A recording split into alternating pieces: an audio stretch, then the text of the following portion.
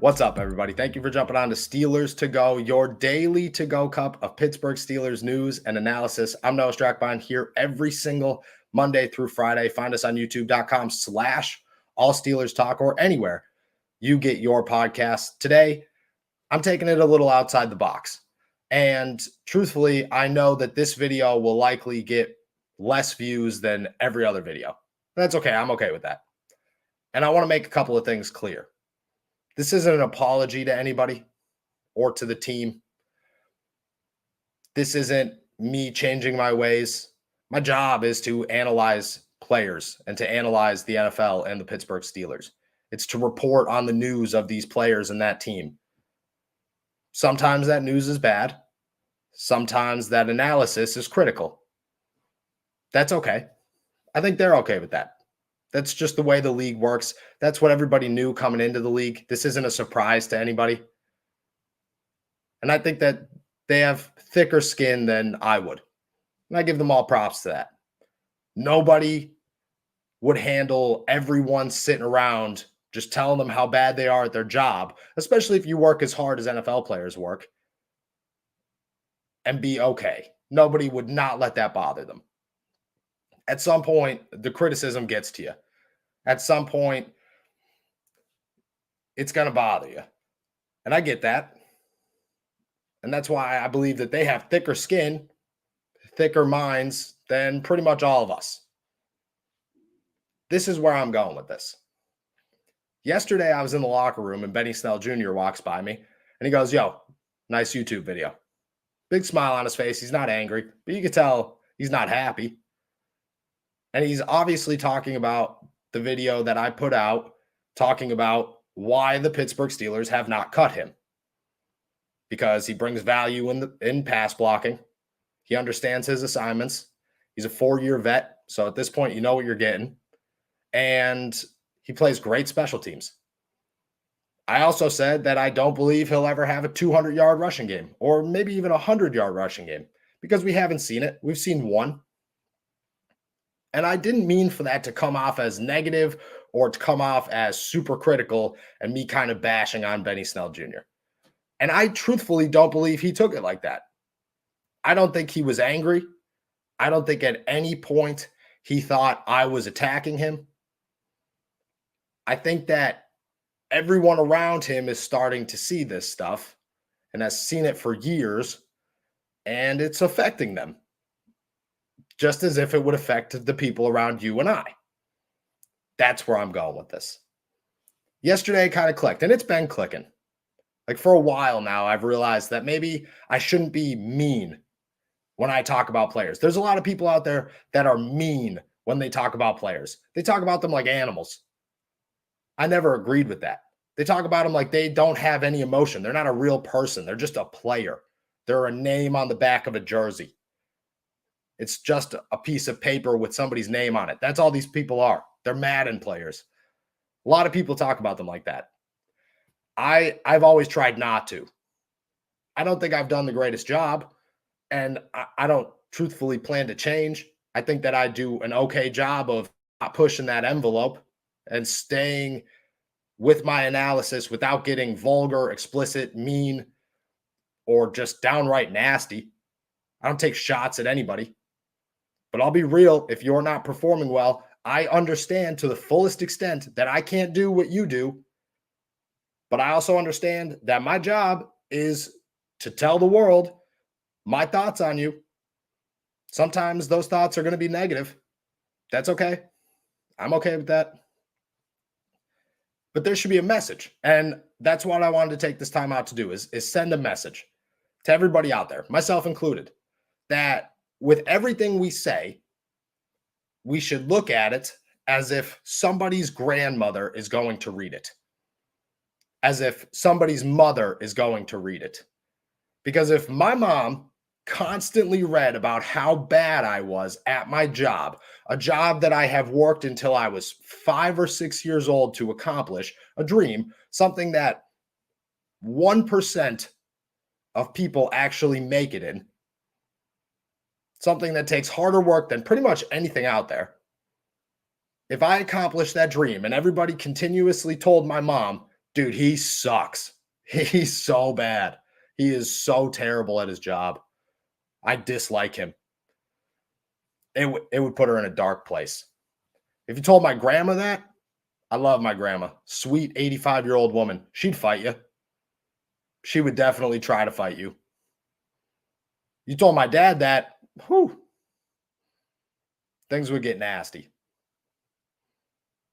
And I'm sure that that's the same for these players. In fact, I'm pretty positive that it is the same for these players. And we don't have to change our ways. Nobody has to stop being critical of players. We don't have to be nice. I get it's 2022 and constantly people have arguments of, oh, participation trophies. Oh, we're too nice to everybody. We're too accepting. You could suck and still get a high five. And like, yeah, if you do suck, I still think you should get a high five. But in the NFL, you've known what's coming. You get it. You're not upset about it. These guys aren't mad. And like, yeah, it might beat them up. And those phone calls from their mom and their grandmother and their father and their aunts and uncles and their brothers and sisters, that might bother them. But they're not going to come in here fist closed, ready to fight every media member because they said something bad about them. That's just, they have thicker skin than that. We, as the public, as the fan base, as the outlets, as the people analyzing the players who have families behind their name, need to look at everything we do and say, somebody's grandmother is going to watch this. Somebody's mom is going to read this. It'll stop us from saying things that are too far.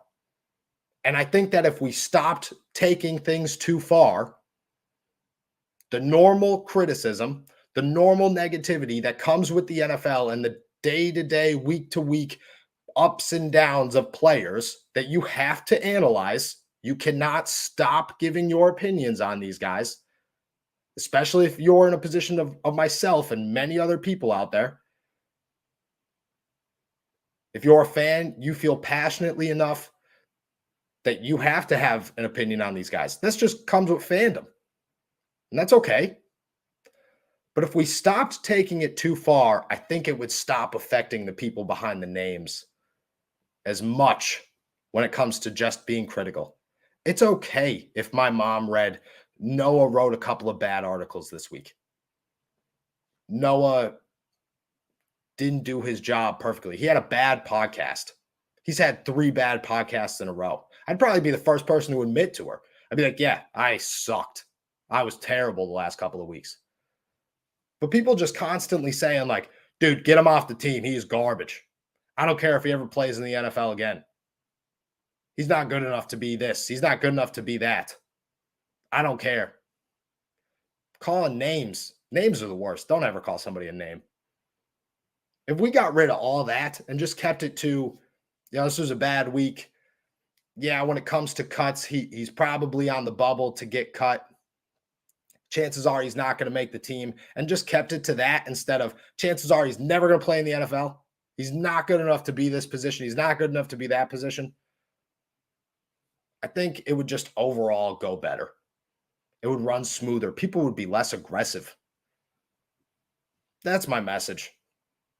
I know, again, like I said at the beginning of this, people are not going to watch this. Nowhere near the amount of people that watch my daily videos.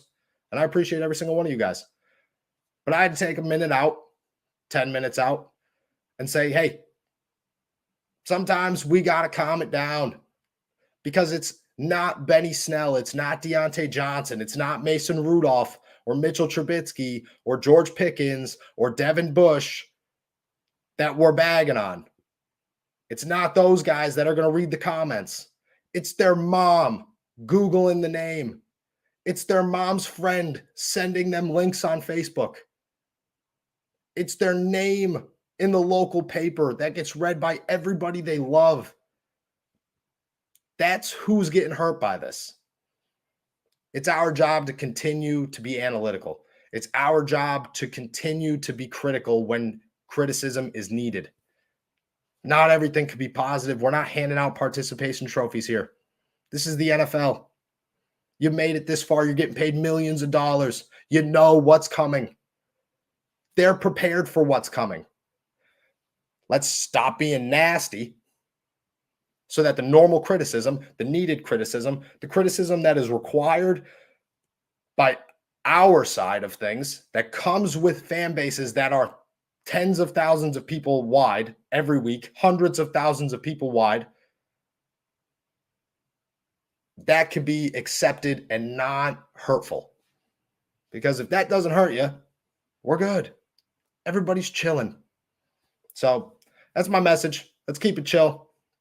Let's stop being so aggressive to people.